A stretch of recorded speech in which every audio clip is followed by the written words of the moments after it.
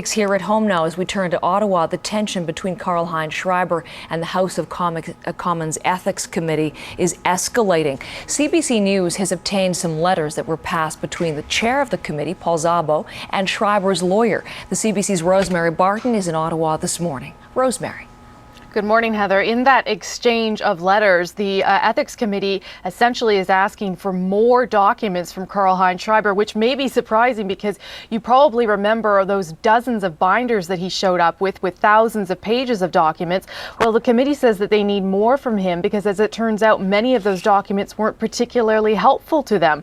So they're asking Schreiber to hand over more documents no later than January the 15th. That's next week. They're looking particularly for daytimers, personal records, and banking records that span decades. Anything really that would help them corroborate some of the testimony that Mr. Schreiber gave at the committee and in an affidavit.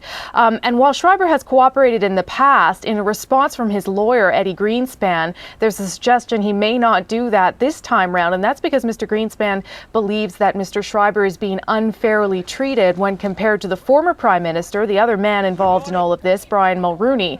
Mr. Greenspan points out that Mulroney did not table any documents when he testified last month, and Greenspan says the committee needs to make sure they get some things from him, namely tax returns from 1999. That's the year that Mulroney says he finally declared all the cash that Mr. Schreiber gave him, as well as any documents related to that safety deposit box that Mulroney talked about. That's where he says he put money that he received from Mr. Schreiber when he received some of that in the United States. So where does the committee go from here then, Rosemary? Well, the Ethics Committee tells me that it is in fact working quite hard to get documents from both sides of this story, not only from Mr. Schreiber, but from Mr. Mulroney. They say they're well aware that they need some material evidence to corroborate some of the things that Mr. Mulroney said as well. So they are hoping that he will comply with their requests for those types of documents. The committee isn't even sitting right now either, Heather. Of course, this parliamentary session hasn't begun again. It is only preparing for work that it will begin towards the end of January, lining up more witnesses to call in front of the Ethics Committee, and it's trying to focus on what it needs to be looking at.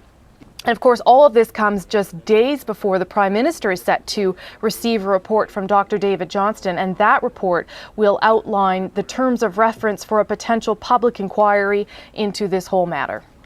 Thank you, Rosemary.